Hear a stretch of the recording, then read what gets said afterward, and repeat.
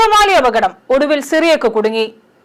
അങ്കമാലിയിൽ കോളേജ് വിദ്യാർത്ഥിനി ജസ്ലിയ ജോൺസൺ വാഹനമിടിച്ചു മരിച്ച സംഭവത്തിലെ മുഖ്യപ്രതി ഡോക്ടർ സിറിയക് പി ജോർജ് പോലീസ് പിടിയിലായി. വാഗമണ്ണിന് സമീപം കണ്ണംകുളത്തെ റിസോർട്ടിൽ ഒളിവിൽ കഴിഞ്ഞിരുന്ന സിറിയക്കിനെ പോലീസ് ഓടിച്ചിട്ട് പിടികൂടുകയായിരുന്നു. സിറിയക്കിന്റെ പിതാവ് കോട്ടയം അതിരമ്പുഴ സ്വദേശി ജോർജ് തോമസിനെ പോലീസ് കഴിഞ്ഞ ദിവസം അറസ്റ്റ് ചെയ്തിരുന്നു.